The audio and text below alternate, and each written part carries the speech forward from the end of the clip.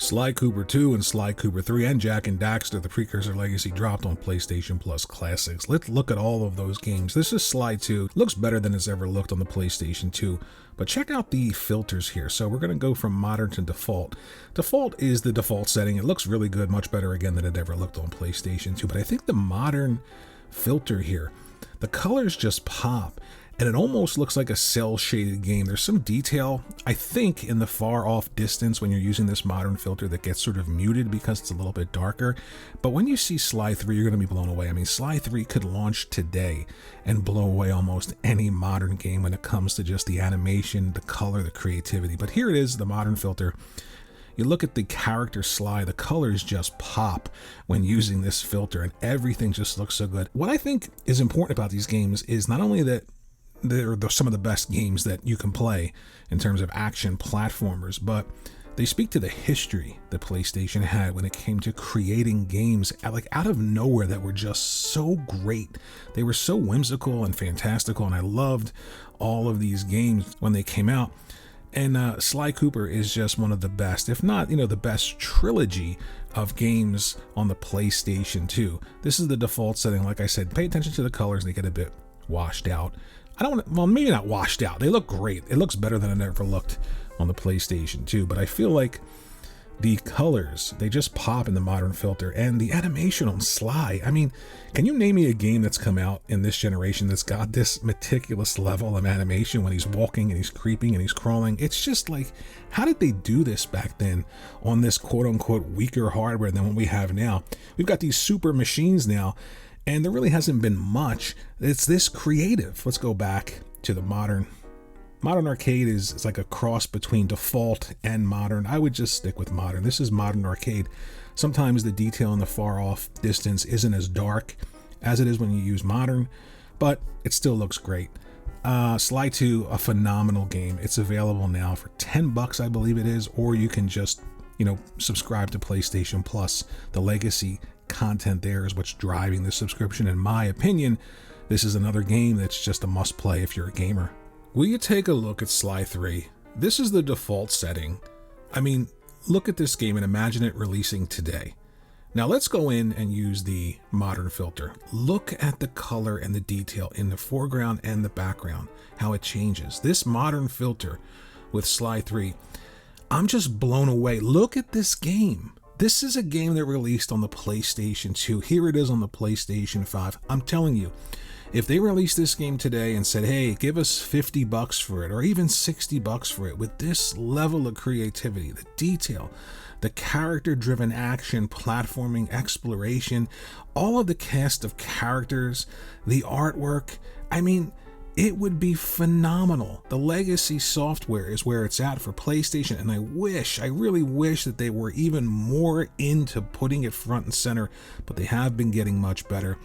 But I don't know what else to say about this game, Sly 3. Out of all of the games that came out today, Sly 2, Sly 3, and Jak and Daxter, this one out, I get it. It was the third game in the trilogy. They learned how to use the PlayStation 2. The polygon count is higher. The animation works better. Look at this right here. I mean, look at the filter. Look at the animation work.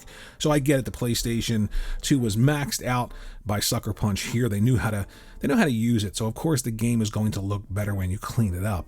But I'm just astounded by how great this game looks, and the gameplay is really what I've been missing. These characters that are so you want to play as them. You love this world, you love the characters, the writing, everything was just about being a video game.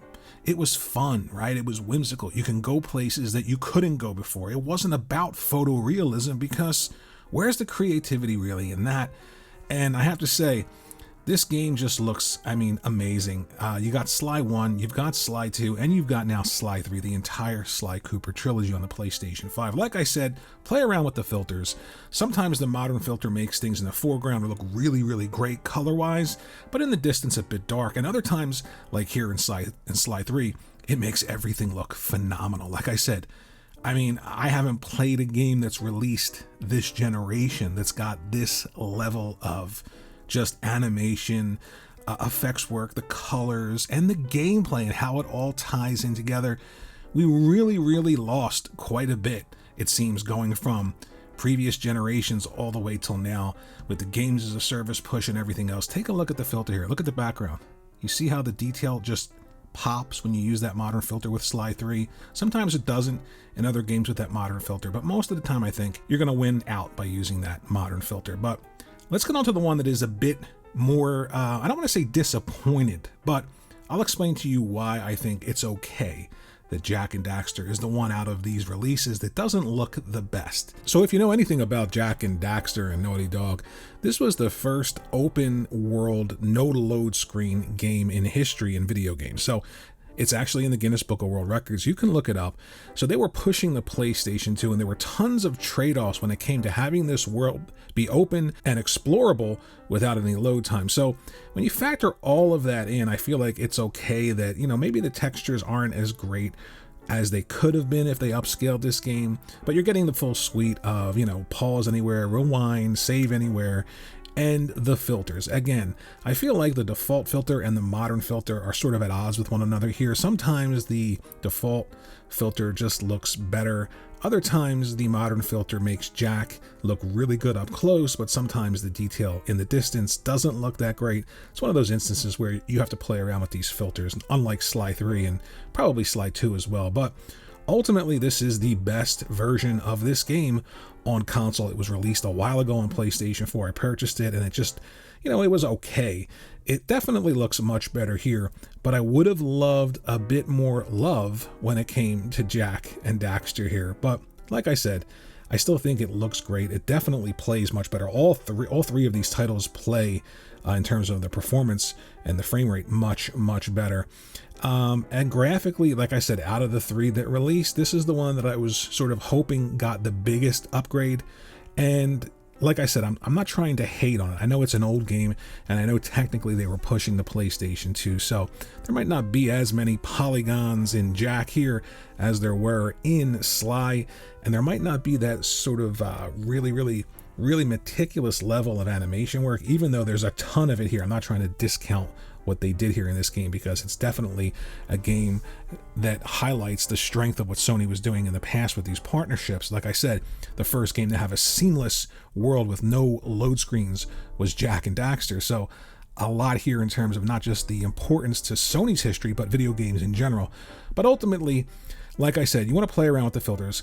I'll do some filters here. I think I stopped it here and I went from the default to the modern. So let's see if that comes up here. Yeah, I think I'm going to do that right around here. We're in the preset was modern here, and there's the default. You see how it's not that much of a difference? Some things get a bit darker, closer up, the colors pop a bit. But in the distance with this one, the modern filter really doesn't do much to help clean up the image. Let's try it again here. So we've got Jak in default, and then here comes modern. A little bit sharper, a little bit better, a little bit darker. You can see Jak's model looks much better. Sometimes in the distance things look okay, sometimes they don't.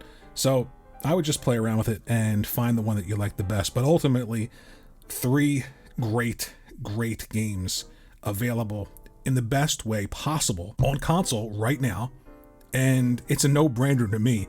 If you love PlayStation's history, if you love the history of Sucker Punch, Naughty Dog, I mean, you just have to play these games if you haven't played them before. And if you have, then you've got to play them again on the PlayStation 5 in your subscription service, or purchase them, because they are some of the best character-driven action platformers ever. And they're certainly much better than many games that are releasing now for $70. And you have to go back in and enjoy these games. I'm just having such a great time revisiting these worlds and these characters. And I really do wish that we've gotten or we get games like this again. There's a few, like I said earlier, Astrobot was one of them, but I feel like these games, there's a heart and a soul to them that's never really been replicated.